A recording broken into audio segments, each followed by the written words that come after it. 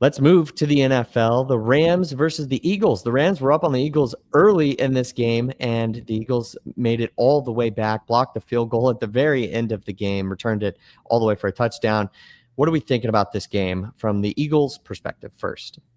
Yeah, so from the Eagles' perspective, I think that they finally realized that Jalen Hurts is also good at throwing the football, which is something that you really want to discover out of your quarterback. Through the first two games, he looked absolutely atrocious and had to, or let's not say absolutely atrocious. He definitely didn't play to his best, but like that last game, especially, like he had less than 200 yards. It just wasn't looking very good against the Chiefs. And granted, the Chiefs, and by less than 200 yards, I mean 101 total passing yards, and they just weren't getting the ball to either of their star players. But this game, the offense woke up. Devontae Smith had a good game, and it took them a while to get going. But at the point that they did, they really flipped the script, and it almost felt like this was coming from an Eagles perspective when they were down 26-7.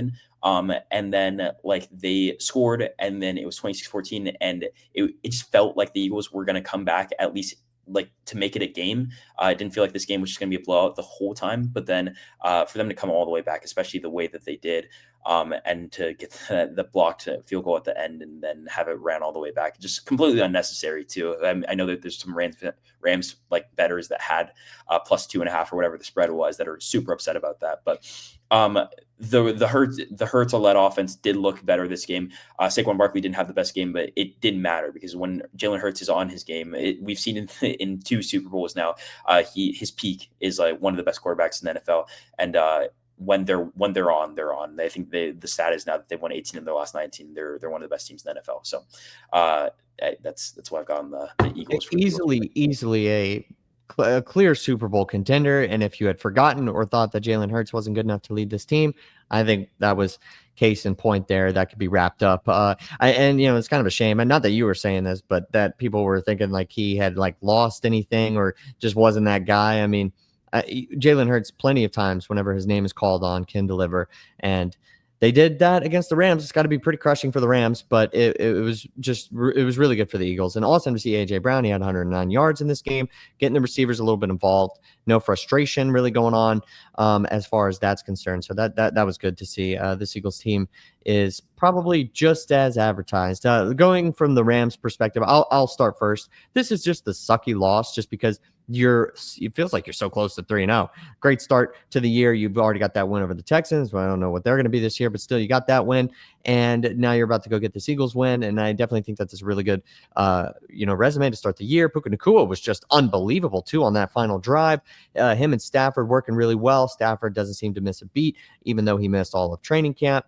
Kyron Williams still pretty solid, 20 carries for 94 yards. And they had this game in the bag. They just, I mean, the Eagles, you got to give credit to the Eagles. It's a little bit of both. The Rams kind of giving it away a little bit and the Eagles taking it. But if you're the Rams, just kind of a little soul crushing, moving into the next week. Yeah, no, for sure. Because when you come out of halftime, you recover a fumble, and then you go out 1 play touchdown, 10-yard touchdown, and then from there, your next couple drives are punt, turnover on downs, and then 2 back-to-back block field goals. So they came out after halftime and got their 1 play score, and then kind of just the offense stagnated a little bit, and it was super unfortunate because while their offense was stagnating, like the Eagles offense like wasn't missing a beat. They went touchdown, a turnover on downs, and then another touchdown. So when you look at those drives, the exact opposite happened for the Rams and Eagles. And the Rams kind of just gave that game away and let it slip away, really, because 2 back-to-back blocked field goals and then one of them to seal the game is absolutely absurd. So unfortunate loss for the Rams. I still think the Rams are one of the best teams in the NFL, and they play the Eagles really well maybe not every single game ever, but like the last 2 years, it's felt like they're one of the biggest tests for the Eagles. That obviously they had the closest game that the Eagles played in the playoffs last year, and something about that defense, something about a new offense with Devontae Adams instead of Cooper Kupp. I think that's an upgrade, and Matthew Stafford looking good. They didn't get many drives in the second half, but the ones that they did have, they didn't capitalize on, and the Eagles definitely did.